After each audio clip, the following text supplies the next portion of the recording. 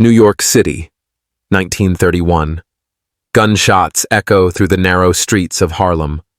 Bodies fall, glass shatters, and chaos consumes the night. The police arrive, too late, as usual. Because by the time the sirens scream, Mad Dog Coll is already gone, leaving nothing but smoke, blood, and fear behind. Vincent Mad Dog Coll wasn't a man. He was a storm, unpredictable, explosive, deadly. While other gangsters followed the Mafia's rules, Coll made his own. He didn't respect bosses, loyalty, or limits. He believed the city was his playground, and anyone who stood in his way deserved to die. He started his criminal life as a street fighter in the Bronx, then became an enforcer for Dutch Schultz, one of the most dangerous mob bosses in New York.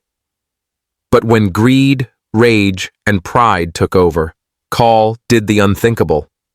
He turned against his own boss and declared war on the entire New York underworld. The result? A wave of violence so wild that newspapers called him Mad Dog.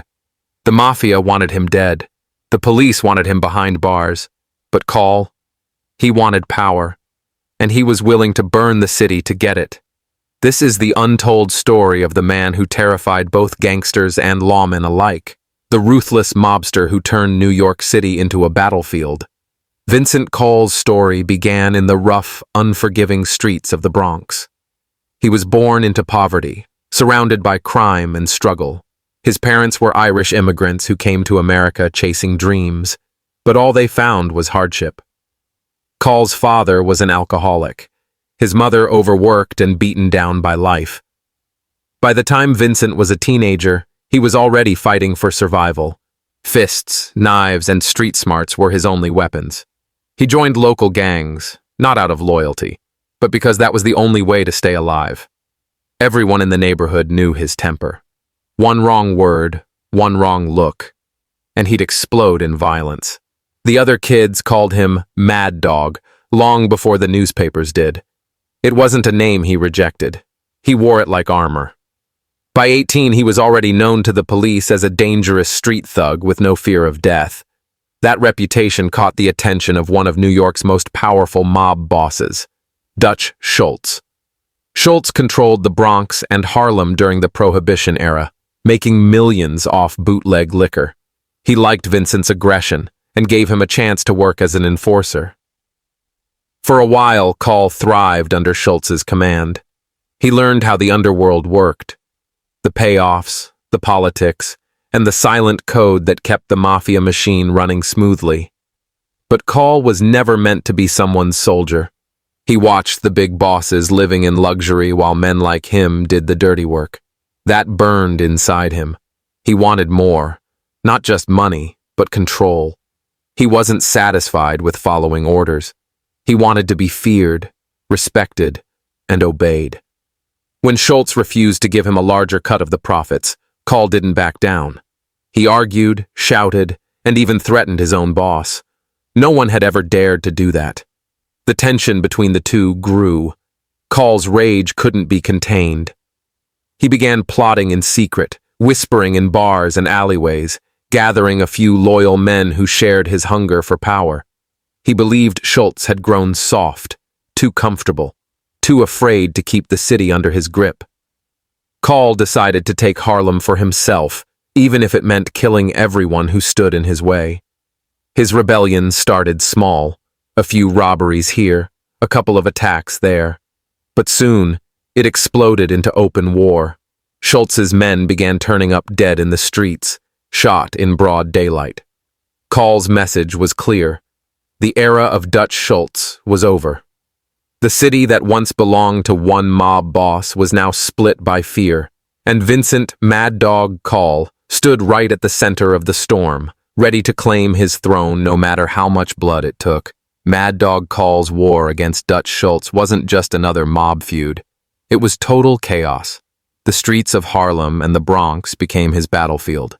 Coll began recruiting small-time gangsters, desperate kids, and reckless gunmen who admired his courage or feared his temper. He promised them power and money, but what they really got was blood and death. He organized drive-by shootings, ambushes, and kidnappings, all aimed at tearing Schultz's empire apart piece by piece. But Vincent Coll wasn't fighting smart. He was fighting angry. His attacks were wild, unplanned, and brutal. He didn't care who got caught in the crossfire. For him, fear was the weapon. The more people talked about Mad Dog Coll, the more untouchable he felt. Within weeks, bodies started piling up.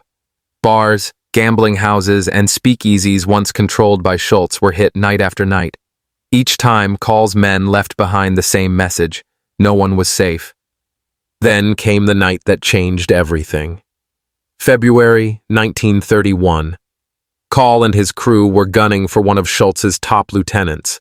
They spotted him near a Harlem candy store, surrounded by locals. Without hesitation, Coll ordered his men to open fire from their car.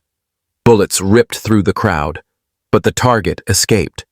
When the smoke cleared, the streets were silent, except for the cries of a 5-year-old boy who had been shot and killed. That single mistake transformed Coll from a gangster into a monster in the public's eyes. The newspapers went wild. Headlines screamed, "Mad Dog kills child in Harlem massacre." The police commissioner personally vowed to hunt him down. Even other gangsters were disgusted. Killing rivals was business. Killing a child was unforgivable. Overnight, Coll became the most wanted man in New York. Dutch Schultz seized the moment. He put a massive bounty on Coll's head, $10,000, dead or alive. That was enough to make every gangster in the city turn against him. Coll's own men began to desert him, terrified of getting caught in the storm he had created. But Coll didn't stop. Instead, he doubled down, convinced that everyone was out to get him. He started carrying multiple guns, switching safe houses every night, and sleeping with his finger on the trigger. He began calling reporters, bragging about his crimes, taunting the police, and laughing at the Mafia. When asked if he felt guilty about the boy's death, he said coldly, "It was an accident." That quote spread across the country, sealing his reputation as a heartless killer. To fund his new war, Coll turned to kidnapping. But unlike other mobsters, he didn't target rich businessmen. He targeted gangsters. He'd grab bootleggers, demand ransom from their bosses, and pocket the cash. It was dangerous, reckless, and brilliant. For a while it worked. He made thousands, staying one step ahead of the cops and Schultz's hitmen. But the city was closing in. The police formed special task forces, tapping phones, raiding hideouts, interrogating his associates. Every night, Coll moved like a hunted animal through the shadows of Manhattan, trusting no one. He thought he could outsmart everyone, gangsters, cops, even fate itself. But with every bullet fired, every corpse left in his wake, his enemies multiplied. By the end of 1931, Mad Dog Coll wasn't a rising mobster anymore. He was a cornered beast. The Mafia wanted revenge, the police wanted justice, and the city wanted him gone. Yet Coll, blinded by rage and ego, believed he could still win.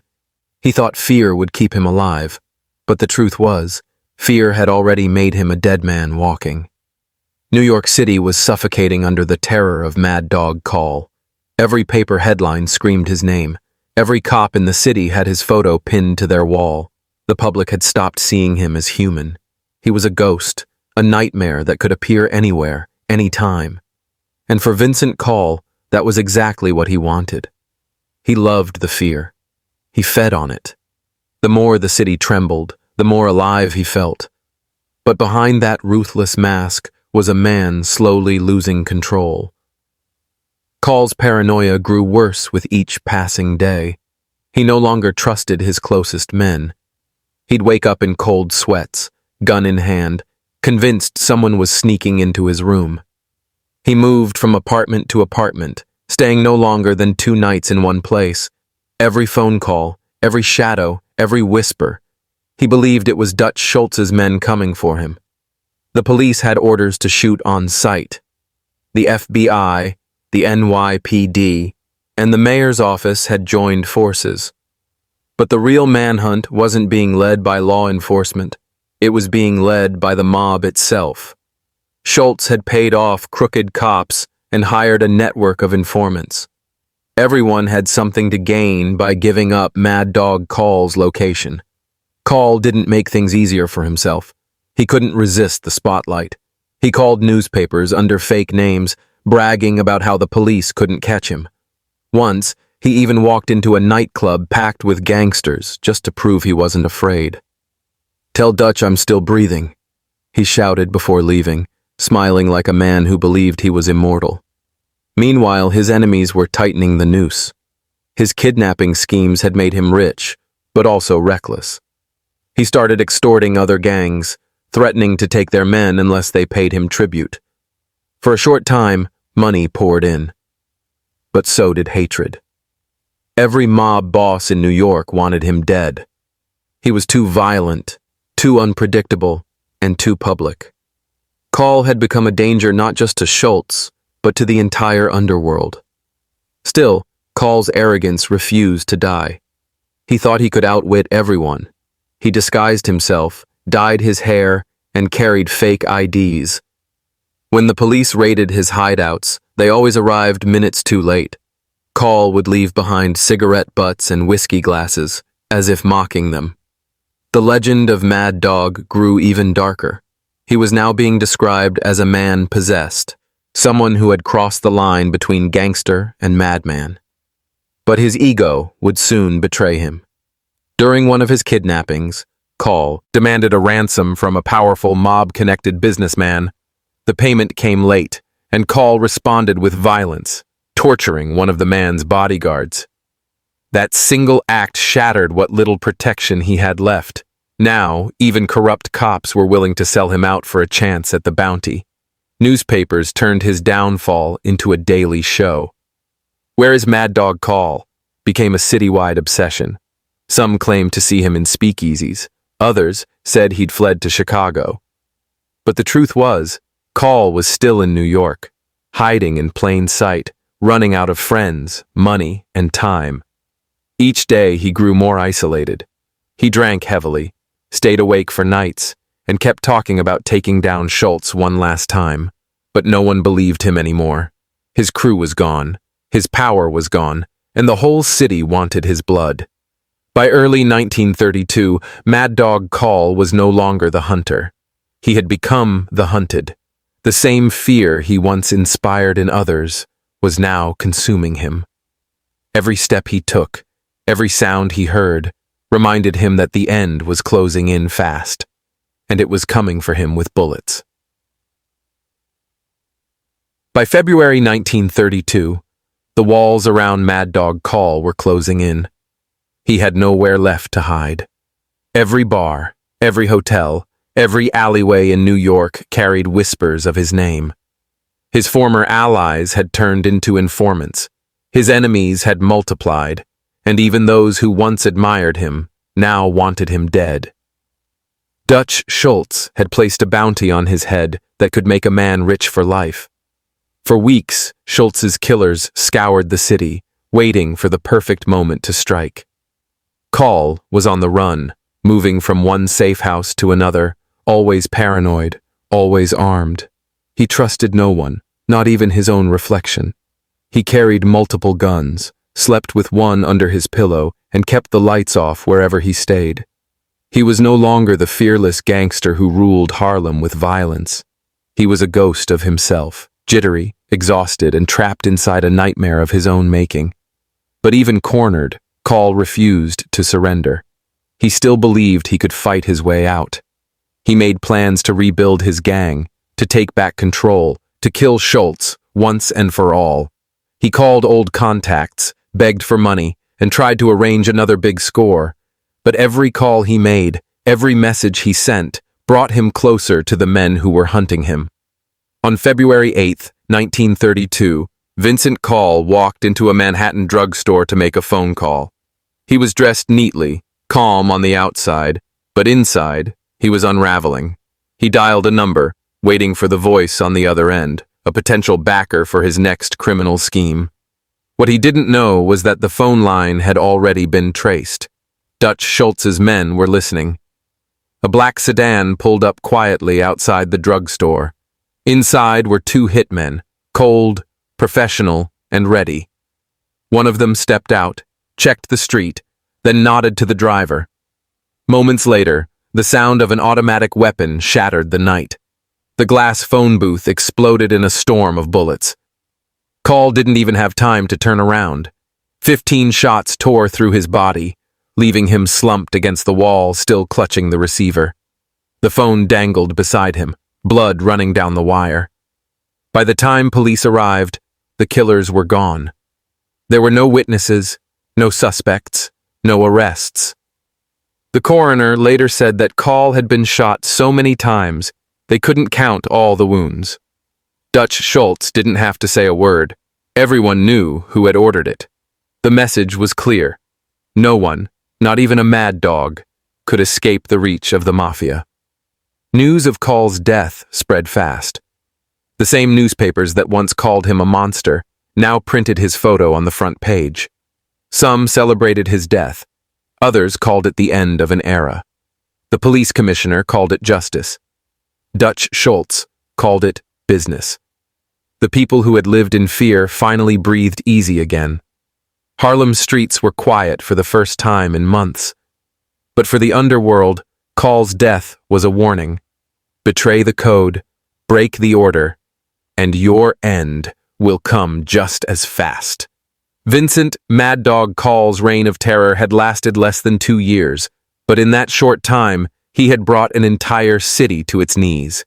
His story ended not with power or glory, but with the echo of gunfire in a drugstore and a lifeless body sprawled on the floor. The death of Vincent Mad Dog Coll should have ended his story, but in many ways, it was only the beginning of his legend.